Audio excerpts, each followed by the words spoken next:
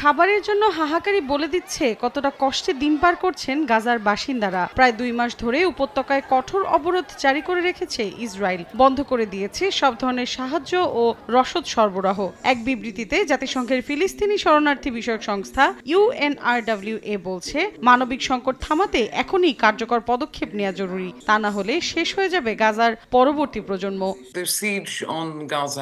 শিশু, বৃদ্ধ সবার জন্য এটি একটি মরণ ফাঁদ হয়ে গেছে।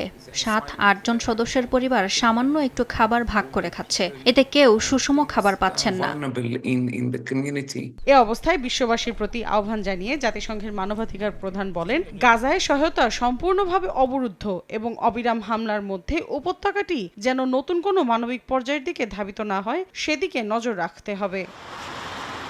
উপত্যকায় সহায়তা প্রবেশে অবরোধের 50 দিনের বেশি সময় পার হওয়ার পর ফিলিস্তিনিদের প্রতি ইসরায়েলের মানবিক দায়িত্ব নিয়ে দ্বিতীয় দিনের শুনানি শুরু করেছেন আন্তর্জাতিক বিচার আদালত ICJ।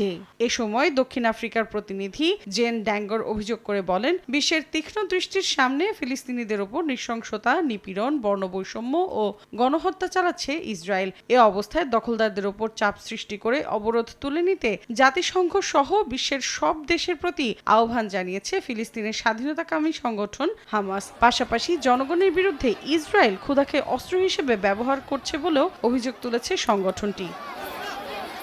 একই দিন জাতিসংঘের নিরাপত্তা পরিষদের এক বৈঠকে গাজার চলমান সংকট নিয়ে আলোচনায় মহাসচিব আন্তোনিও গুতেরেস উদ্বেগ প্রকাশ করে বলেন, দ্বিরাষ্ট্রভিত্তিক সমাধান এখন হুমকির মুখে। এ অঞ্চলে শান্তির জন্য রাজনৈতিক সদিচ্ছা ও সাহস দেখাতে হবে, এটি এড়ানোর সুযোগ নেই। এত কিছুর পরও গাজা জুড়ে হামলা অব্যাহত রেখেছে ইসরায়েলি সেনারা। বেইত হানুন, আল মাওয়াসি, সুজাইয়া সহ বেশ কয়েকটি জায়গায় প্রাণ হারান ফিলিস্তিনিরা। এদিকে চলমান সংকটের মধ্যে গাজায় জিম্মি ইসরায়েলিদের ফিরিয়ে আনার প্রতিশ্রুতি দিয়েছেন প্রধানমন্ত্রী বিনিয়ামিন নেতানিয়াহু। অন্যদিকে উপত্যকাটিতে পুনরায় যুদ্ধবিরতির আহ্বান জানিয়েছে যুক্তরাজ্য ও কাতার। মৌসুমী সাথী, সময় সংবাদ।